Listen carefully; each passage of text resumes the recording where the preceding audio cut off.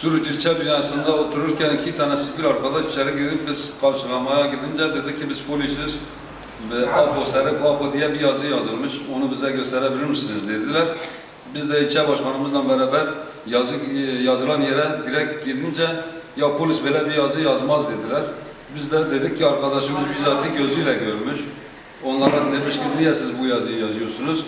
Onlar çekip orada ayrılınca bu sefer gelen arkadaşlar dedi ki polis böyle bir şey yapmaz yani. Yazarsa bu diğerleri yazar. Şu bu diyerken biz dedik ki arkadaşımız bizzat gözüyle görmüş. Öyle deyince bu sefer tehdit etmeye başladı. Dedi ki sen böyle diyorsun biz başka bir noktada seninle görüşürüz. Ben dedim ki Allah'ın verdiği canı ancak Allah alır. Sen ne diye beni tehdit ediyorsun? Buraya bir olayı aydınlatmak için mi gelmişsin beni tehdit etmeye? Öyle deyince halk da bunu duyunca onlar da arabaya binerek çekip getirdiler. Aynı ki buradaki arkadaşlarımız hepsi de şahittir, bunu gördüler yani.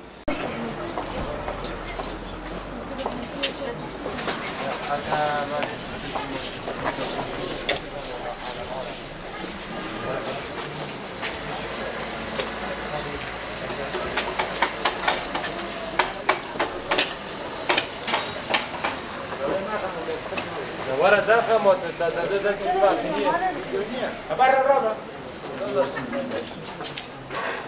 25.02.2014 tarihinde Hür Dava Partisi Şanlıurfa'ya bağlı Suruç İlçe Başkanlığı binasının karşısındaki sokakta bir provokatif eylem gerçekleştirilmiştir. Gece saat 23.30 ile 23.40 arası ilçe binamızdan çıkarken karşı sokakta yaklaşık 20 metre ileride gri metalik renkte Ford Cornet araç duruyordu. Biri araçta, diğeri de dışarıda olmak üzere iki şahıs bulunuyordu. Bunu fark eden parti üyemiz malum şahsa yaklaşırken şahsın elindeki sprey boya ile duvara yazı yazdığını görmüştür. Malum şahıs fark edildiğini anlayınca elindeki sprey boyaları atıyor ve parti üyesi arkadaşımıza yönelik bu yazıyı sen mi yazdın diye suçu parti üyemize atmak istemiştir. Parti üyemiz de yazılan yazıyı okuduğunda Biji Serok Apo yazısının yazıldığını görünce malum şahsa yönelerek sen benim hangi partiye mensup olduğumu biliyor musun?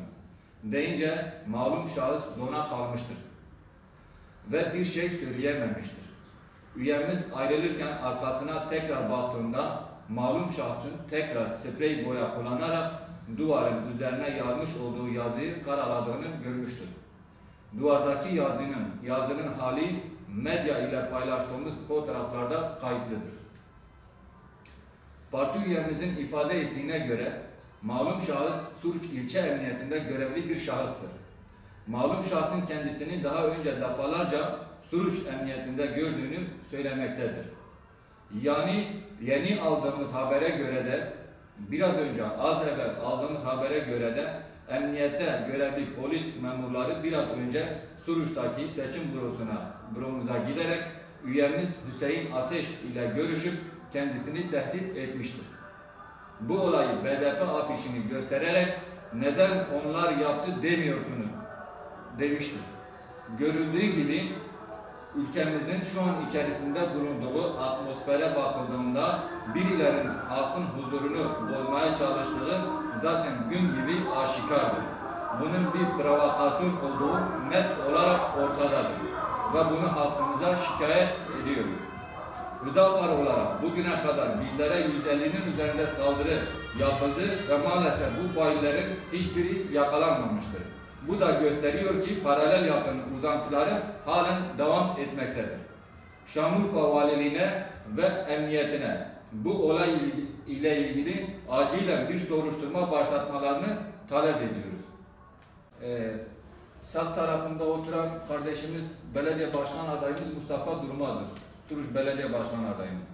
Sol tarafta oturan kardeşimiz Salih Ateş, kendisi de Suruç İlçe Teşkilatımız üyelerindendir. Bu iki kardeşimiz bu olaya bizzat şahit olan kardeşlerimizdir. Kendileri de birazdan bu olayı kendi ağızlarından da dinleyeceğiz. Onun için bununla ilgili gerekli şikayetlerde bulunmuşuz. Hem hukuki olarak savcılığa ve birazdan da Suruç Kaymakamlığına bununla ilgili suç duyurusunda bulunacağız. Ayrıca Urfa'da da gerekli girişimlerde bulunacağız ve bu malum şahsın kim olduğu zaten tespit edilmiştir. Bununla ilgili acilen de bir soruşturma ve bu şahıs hakkında da davacı olacağımızı da burada belirtmek istiyoruz. Teşkilatı kapatırken eve doğru gidiyorduk. Yalnız bir arkadaşımızın orada bir araba durduğunu söyledi. Biz de o arada araba kimindir, neyin nesidir diye bakmaya gittiğimizde daha önce de karşılaştığım bir polis memuruydu. Bayrak asarken, afiş asarken gelip halimizi soruyordu.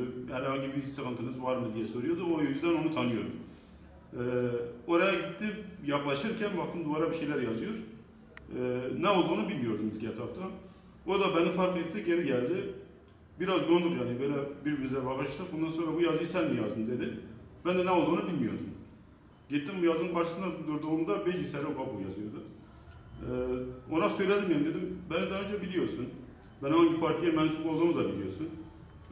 Bu soruyu niye bana soruyorsun yani? O arada hatta resim de çekmek istiyordum yani o halimde. Dedim daha da beni şey yaparlar. Rencide ederler, işte sen yaptın diye, üzerime kalır diye. Korkudan oradan ayrılmak istedim. Bir iki adım ilerledikten sonra gördüm ki o yazıyı bir sefer karalamaya çalışıyordu. Sabah da gelip baktığımızda zaten yazı tamamen tarif olmuştu.